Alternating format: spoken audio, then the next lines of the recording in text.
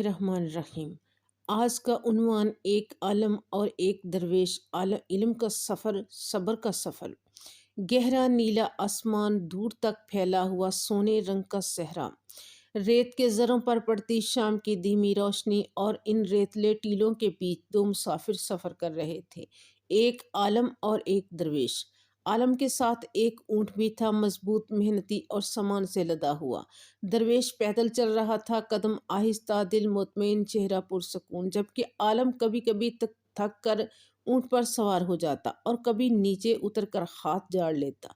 ये सफ़र सिर्फ मंजिल का नहीं था, ये सफ़र रूह का था, इल्म और सब्र का, गुस्से और नरमी का, अल्फाज और अमल का। दोपहर की धूप तेज थी, रेत गर्म थी और हवा बिल्कुल खामोश। आलम थक कर ऊँट पर बैठ गया। ऊँट बोझल कदमों से चलता रहा, लेकिन सफ़र की सख्ती ने उसे थका दिया और बिलाखिर वो रेत पर बैठ गया।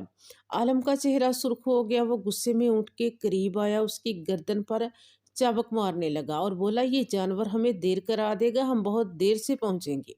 तुम किसी काम के नहीं हो, सिर्फ बोझ हो हम इंसानों पर। ऊँट की आंखें डर से फैल गईं। वो बेबस, थका हुआ और दुख में डूबा हुआ गर्दन नीची करके बैठ गया। दरवेश ये मंजर कुछ फासले से देख रहा था। वो खामोशी से आगे बढ़ा। उसके कदमों में नरम रेत की आवाज़ थी, उसकी आंखों में शफकत थी। दरवेश ऊँट के पास बैठ गया। उसने नरमी से उसकी गर्दन सहलाई, अपनी छोटे से मशकीसे से उसे पानी पिलाया और थोड़ा सा खुश्क चारा उसके सामने रखा। फिर वह झुककर उसके कान के करीब गया और धीमे लहजे में बोला, तुम भी अल्लाह की मखलूक हो, तुम हमारे सफ़र का हिस्सा हो। शुक्रिया कि तुमने हमारा इतना साथ दिया और हमारे सामान का बोझ उठाया। अल्लाह तुम्हें ताकत दे और हम तुम्हारे शुक्रगुजार रहें। ऊँट ने अपनी थकी हुई आंखें उठाईं, जैसे उसने पहली बार किसी को अपना दर्द सुनाते देखा हो। कुछ ही लम्हों में वो आहिस्ता आहिस्ता खड़ा हो गया, जिस्म में एक नई ताजगी, एक नई हिम्मत लेकर। और फिर वो खुशी से हल्की आवाज में चहकने लगा। उसका बदन हल्का था, दिल मुतमईन था और रूह ताज़ा थी। आलम ने ये मंजर देखा तो हैरत और शर्मिंदगी से उसकी आंखें फैल गईं। वो दरवेश के करीब आया और बोला, मैंने गुस्सा किया, इल्म जताया, चाबुक चलाया, मगर कुछ फ़ायदा ना हुआ, और तुमने सिर्फ दो नरम बातें और थोड़ा सा प्यार दिया, और ये जानवर खड़ा भी हुआ और खुश भी हो गया। आखिर ये कैसा अमल है जो मेरे इल्म में नहीं? दरवेश मुस्कुराया, वो मुस्कुराहट जो दिलों में उतर जाती है, और कहने लगा, ए आलम दीन, तेरे पास इल्म तो बहुत है, मगर इल्म सिर्फ किताबों से नहीं होता। इल्म दिल के दरवाजे खोलने का नाम है। गुस्सा इल्म का हिस्सा नहीं, सब्र इसका जेवर है। सिर्फ जानना काफ़ी नहीं, समझना ज़रूरी है, और समझने के लिए नरम दिल चाहिए, नरमी चाहिए, रहम चाहिए। दूसरों पर रहम करना अल्लाह के नज़दीक सबसे पसंदीदा अमल है।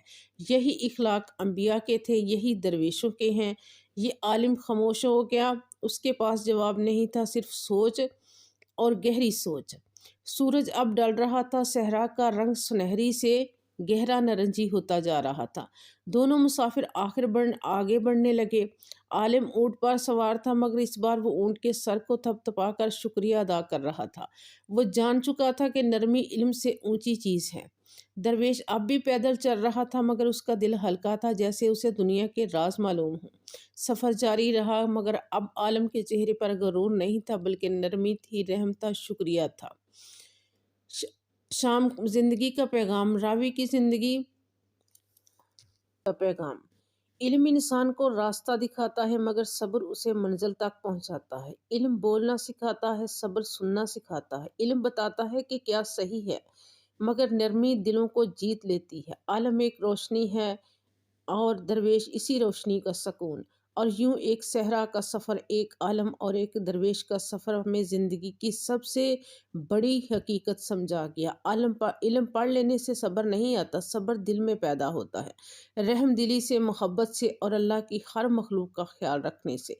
और यही वो रास्ता है जिस पर चलकर इंसान आलम से आरिफ बनता है, और उसका दिल सहरा के आसमान की तरह साफ़ और वसी हो जाता है।